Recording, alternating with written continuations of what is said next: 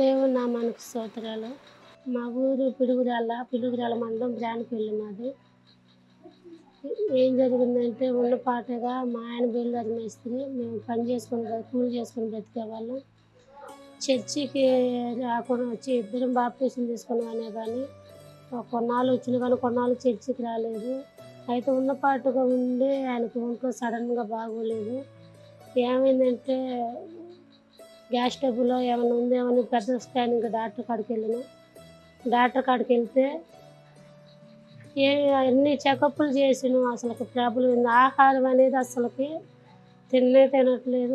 లాస్ట్కి ఎట్లా అయిపోయిందంటే ఒక్క ఇడ్లీ తిన్నా కానీ మంచినీళ్ళు తాగుదామన్నా కానీ భయం. అంత భయం అసలుకి. ఒకసారి ఏమైంది అని చెకప్ చేపిస్తే బాడీ స్కానింగ్ మొత్తం తీపించినాం. అయినా కానీ అసలు పరిస్థితి ఏందో అర్థం కాదు. వాళ్ళు ఏమీ లేదని అంటున్నారు డాక్టర్లు.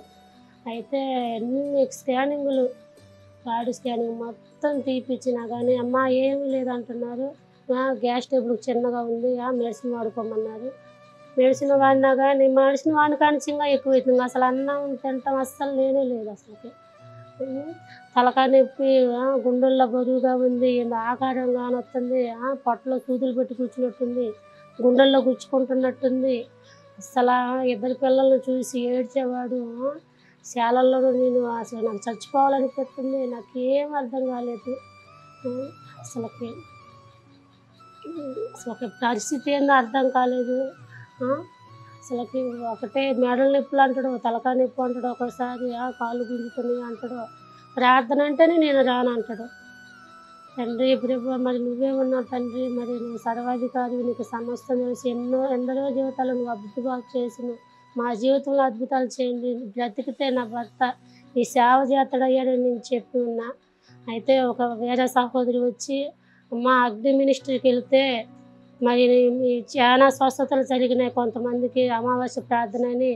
అయితే అన్ని చర్చిలు కూడా తిప్పినాం, ఎక్కడైనా సరే స్వస్థత రాలేదు. ఇక్కడికి వచ్చినాక ఇక్కడ నడిపించావు, ఈ స్థలంలో ఎంతమందికో నువ్వు అద్భుతాలు జరిగించారు, మా జీవితంలో అద్భుతాలు చేస్తే నీ సాక్షిగా మేము నిలబెడతామని చెప్పినాక మా దైవజనురాలు ప్రార్థన చేసి నాకు వచ్చినాక అసలుకి ఇక్కడికి వచ్చినాక ఆహారం తినడం, నాకు మనశ్శాంతి ఉందని దేవుడి సేవ కూడా చేయటం జరిగింది. దేవుడు మా జీవితంలో ఇట్లా ఎంత గొప్ప అద్భుతం జరిగించిండు. దేనికి పనికిరాని వాళ్ళు మా ఇంటికి వచ్చి కనీసం స్టాఫ్ అంతా వచ్చి ఇంట్లో ప్రార్థన చేసి, ఇంట్లో ఏసు రక్తం నీళ్ళు బిందెలో ఏసు రక్తం నీళ్ళు ప్రార్థన చేసి ఇళ్ళంతా చల్లుకున్నాక దేవుడు మాకు గొప్ప విడుదల ఇచ్చిండు. అసలు సమాధానం లేకుండా మమ్మల్ని దేవుడు సమాధానపరిచిండు. దేవుడు మా జీవితంలో ఇంత అద్భుతం చేసిన అసలు ఆశలు లేవు. అన్ని హాస్పిటల్ తిరిగి, అన్ని చర్చిలు తిరిగి ఎక్కడ ఓపు లేదు. కానీ దైవజనురాలు అద్భుత రీతిగా అసలుకి ఒక చెయ్యేసి అమ్మట్లోనే ఇంత స్వస్థత ఎక్కడ లేదు. యేసన్న గారి మీద ఎంత నమ్మకం ఉందో ఈ దైవజనురాలు అంత ఆత్మతో నింపబడి ఇంత అద్భుతాలు జరిగిస్తుంది. దేవుడి నామానికి స్తోత్రాలు. ఈ సన్ని సాక్ష్యం దేవుడు దీవించును గాక.